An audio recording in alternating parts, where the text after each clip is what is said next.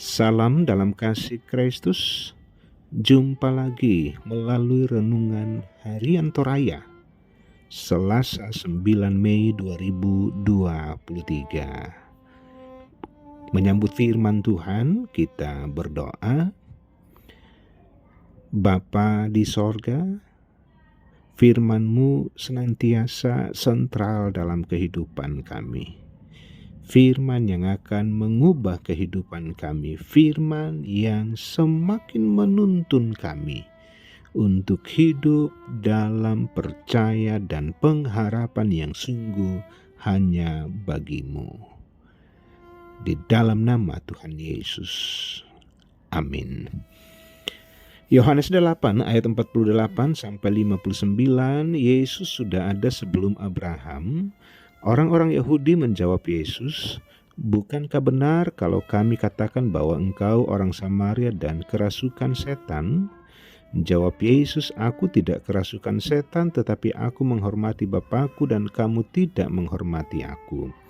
Tetapi aku tidak mencari hormat bagiku, ada satu yang mencarinya dan dia juga yang menghakimi. Aku berkata kepadamu, sesungguhnya barang siapa menuruti firman-Ku, ia tidak akan mengalami maut sampai selama-lamanya." Kata orang-orang Yahudi kepadanya, "Sekarang kami tahu bahwa engkau kerasukan setan, sebab Abraham telah mati dan demikian juga nabi-nabi. Namun engkau berkata, barang siapa menuruti firman-Ku, ia tidak akan mengalami maut sampai selama-lamanya. Adakah engkau lebih besar daripada bapa kita Abraham yang telah mati? Nabi-nabi pun telah mati, dengan siapakah engkau samakan dirimu?" Jawab Yesus, "Jikalau aku memuliakan diriku sendiri, maka kemuliaanku itu sedikit pun tidak ada artinya. Bapa-Kulah yang memuliakan aku. Tentang siapa kamu berkata dia adalah Allah kami, padahal kamu tidak mengenal dia? Tetapi aku mengenal dia, dan jika aku berkata aku tidak mengenal dia, maka aku adalah pendusta sama seperti kamu. Tetapi aku mengenal dia, dan aku menuruti firman-Nya. Abraham bapamu bersukacita bahwa ia akan melihat hariku, dan ia telah melihatnya, dan ia bersukacita." Maka kata orang-orang Yahudi itu kepadanya, "Umurmu belum sampai 50 tahun dan engkau telah melihat Abraham?" Kata Yesus kepada mereka, "Aku berkata kepadamu, sesungguhnya sebelum Abraham jadi, aku telah ada." Lalu mereka mengambil batu untuk melempari dia, tetapi Yesus menghilang dan meninggalkan bait Allah. Amin.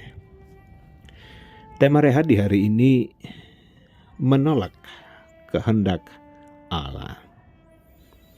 Sobat rehat, kerap kali kita mengalami penolakan. Dan tidak hanya kita, tetapi juga dialami oleh para pemimpin seperti presiden atau pejabat lainnya yang ditolak oleh gelombang-gelombang massa di pinggir jalan ketika mereka melakukan kunjungan ke suatu tempat. Adanya penolakan dengan gerakan massa tergantung sebab akibat yang menjadi tuntutan orang banyak. Tuhan Yesus ditolak oleh orang Yahudi sebagai utusan Allah, bahkan mereka menilai Yesus sebagai orang yang sedang kerasukan setan. Tuduhan tersebut muncul karena Yesus menawarkan hidup kekal kepada mereka, bahwa yang mau percaya kepadanya akan beroleh hidup yang kekal. Dengan demikian mereka menganggap Yesus telah menempatkan dirinya jauh lebih besar daripada mereka semua. Bagi orang Yahudi, Allah tidaklah demikian. Namun Yesus membela dirinya jika dia tidak sedang kerasukan setan, melainkan kehadirannya adalah untuk kemuliaan Allah, sehingga setiap orang yang mempercayainya beroleh kehidupan yang kekal. Karena pernyataan tersebut, orang Yahudi bertanya dasar bahwa Yesus akan memberikan hidup kekal. Disinilah perbedaan pemahaman tentang Abraham, karena orang Yahudi menilai Yesus secara lahiriah, sedangkan Yesus melihatnya dari sudut pandang Allah. Sobat rehat, lalu bagaimana dengan kita? Apakah kita juga masih seperti orang Yahudi pada masa itu yang menolak bahkan menghujat Yesus? Tentu sikap seperti itu kembali kepada keputusan iman kita pribadi lepas pribadi. Akan tetapi, perlu ditegaskan bahwa bagi mereka yang menerima Yesus sebagai Allah dan taat pada firman-Nya akan beroleh hidup yang kekal. Yesus adalah satu-satunya dasar untuk mengenal Allah dan kehendak-Nya. Yesus adalah satu-satunya jalan untuk datang kepada Allah. Amin. Kita berdoa. Syukur atas firman-Mu di hari ini,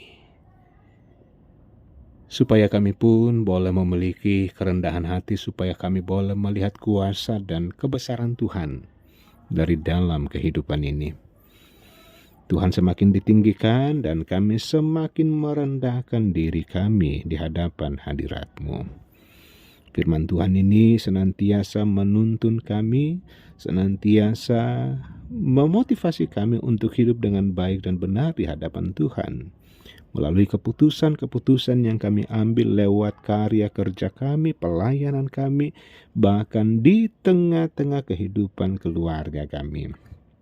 Tuhan, kasih dan setia-Mu senantiasa menopang dan memberikan solusi bagi anak-anak Tuhan yang bergumul karena perkara-perkara kehidupan. Tuhan senantiasa melawat dan memberikan kelegaan bagi mereka yang sakit sampai hari ini, baik di rumah sakit maupun yang ada di rumah-rumah mereka. Bahkan kekuatan penghiburan dari Allah juga dirasakan oleh anak-anak Tuhan yang sementara diliputi duka nestapa. Bapa di sorga, terpujilah Engkau. Segala dosa keterbatasan kami mohon ampun di dalam nama Tuhan Yesus. Amin. Sobat Rehat, demikian sapaan firman Tuhan. Tuhan Yesus memberkati.